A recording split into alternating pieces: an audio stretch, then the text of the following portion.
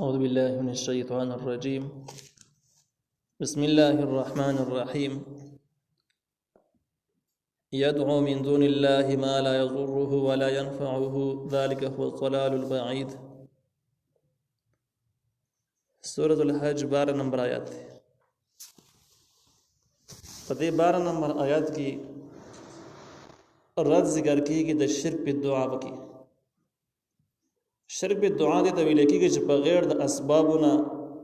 سړی سوال کوي او دغه سوال د الله نه بغیر د بل چا نه کوي. چې کله اسباب ولاندې نو د یو بل نه امداد غوښتل دا ناجایز نه دي، دا مرسته خلک د یو بل سره کوي. لیکن چې کله بغیر د اسبابونه یو کس حاضر نه دی تعین نه خو ته دغه شان سوالونه کوي چې مال دې سوي مال دې سوي او ستا خیال دا چې بغیر د اسبابونه د معینې مو زمانه خبرم دی او ما سره مرستم دسي کولی شي اگر شتره نه نو دغه ته د دعا مضمون دی. بغیر د اسبابونو چا سوال کول د دعا ده. الله تعالی نه بغیر د بل چا نه کول د شرک دی. د الله تعالی نه دعا کول سوال کول حدیث مبارک کې د دعا او مخ العباده، دعا د عبادت مغز دی، یعنی بهترین عبادت دار د الله نه سوال کوي. نو هم به ضرورتونه پوره کیږي، هم به عبادت کې لګیای عبادت کې بشماريږي. اوس کوم خرج د الله تعالی نه بغیر د بل چا نه دعاګانې غواړي، قبرونو والاو نه د بوتانو نه د بل چا نه د بل چا نه. دنیا خراب د اعلانات کې اخته ډېر د دنیا اکثري حصہ بده کې اخته.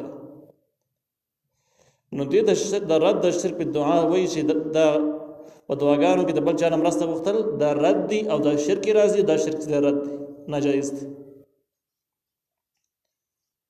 الله تعالی یدعو دیرا بلی یعنی دعاګانې غواړي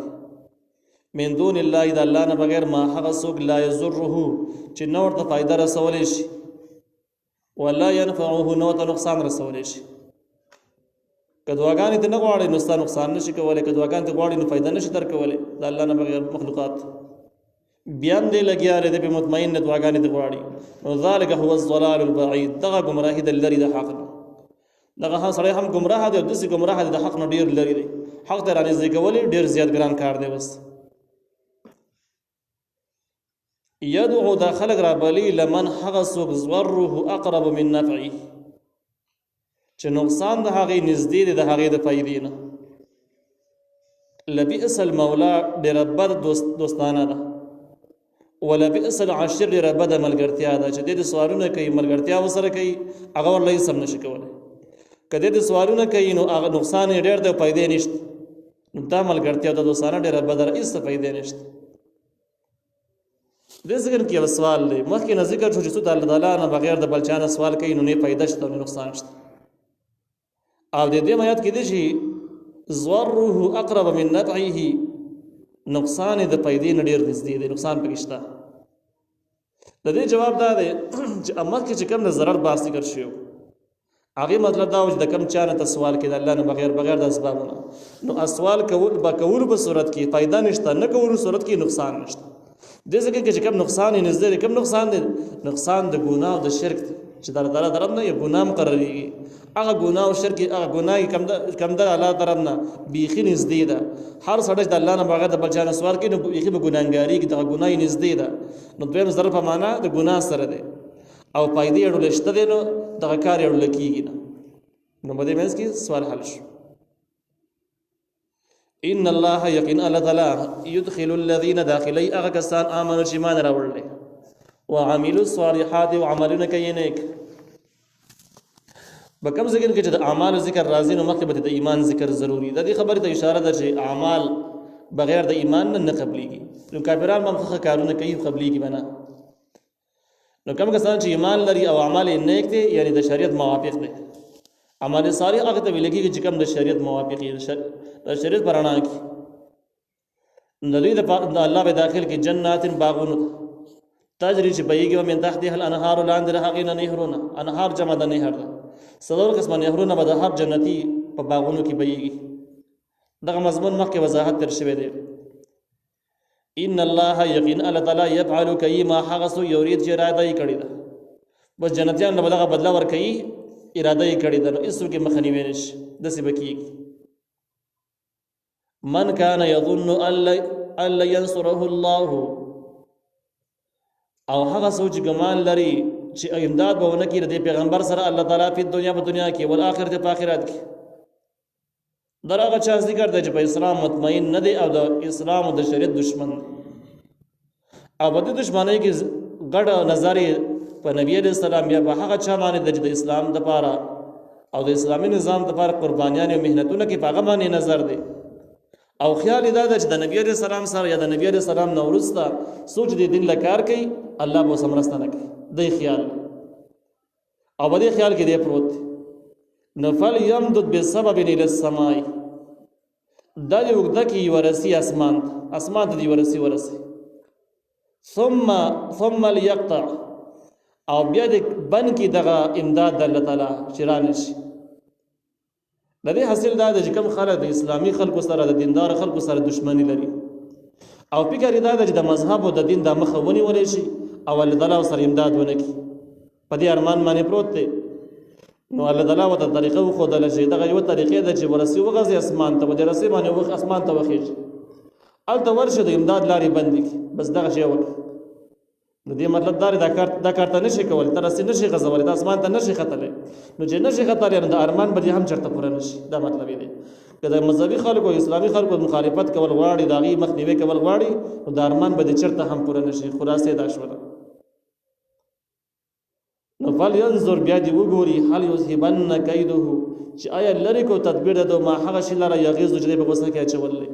د نبی عليه السلام ته د اسلام ترقی ته په غوسه باندې ده اوس دی اندازه ولګي چې یاره ترقی بند شو که بند نشو د اسلام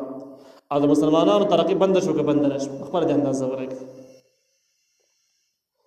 دا تفسیر د عبد الله ابن عباس رضی الله عنهما نقل دی تفسیر قرطبی هم دغه ذکر کړی دی او تفسیر بیان القرآن هم دغه شان ذکر کړی دی او د راجح تفسیر ویلی دی چې دغه حاصل دا د سبب په معنی د رسۍ سره شي سمان هم دغه اسمان بر اسمان ته مراد شي ال یقطعن مراد بندول د وحی د امداد شي چې وحی امداد دغه ځګی نه بیا بند کی چې د انسان د وسه نه ده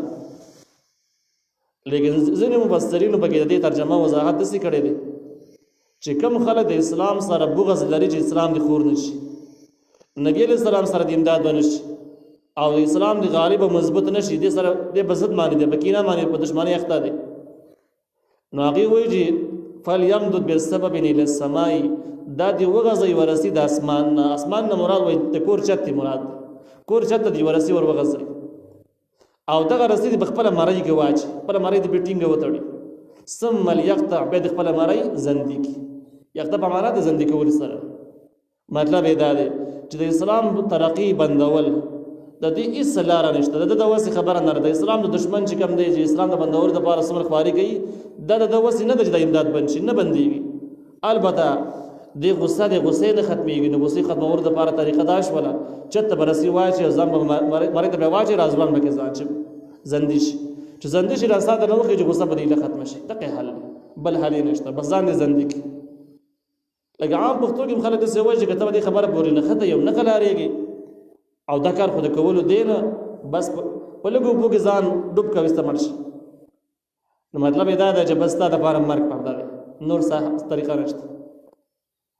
د خدایګر تفسیر مزاری نقل کړی دی دا زیات راجح نه دی ځکه چې په مخکینی تفسیر چې کوم ذکر کو چې سمانه مراد اسمان دی چې رسی اسمان ته ورسه وکي شي او په غرسي اسمان ته لاړ د اغزن امداد بنک نو دغه د تفسیر د عبد الله ابن عباس رضی الله عنه نقل له او عبد الله ابن عباس رضی الله عنه دا پر رئیس المفسرین لقب سره مشهور دی قران باندې زیات پویدونکو دا ماهر دی دا څنګه تفسیر د امام ابو جعفر النحاس رحمه الله نقل لیکم چې مشهور مفسر او دا تفسیر زیات راجح دی تفسیر قرطبی هم د ذکر کړی دی نو هغه معنی زیات راجح مضبوطه د سمانه مراد هم د قسمان شي او د یقطعن مراد بندول شي چې دغه وحی هم د تر اسمان نه بند کې بندول شي نو مطلب دا شو خلاصې هم دغه یو ځګن ته خلاصې یو ده چې د اسلام سره بغض کول او مسلمانانو سره دښمنی کول او د ارمان باندې ژوند ته راول چې امداد به ونشي د یو بے ځای خیال لږ اس کله به هم پوره نشي وکذالک هم دغه شان دکی انزلناه من نازل کړي د قران لرا آیات دا آیاتونه دی بینات واضحه وان الله یقین الله یهدی هدایت کی من یرید چاته چې اراده کړي ترغیب دی قران قرآن الله تعالی په خپل قدرت سره نازل کړی دی. د دې مضمونونه او مطلبونه بیخي واضح دي، څه خبره پکې نشته دی. او بس د الله تعالی اراده ده چې کوم څوک یې خوښي او اراده یې کړي بس هغه ته هدایت کې قرآن باندې پوهیږي. کم خلکو باره کې چې د هدایت اراده نشته دی، خلک باغیان ګرځي، دشمني ورسره کوي.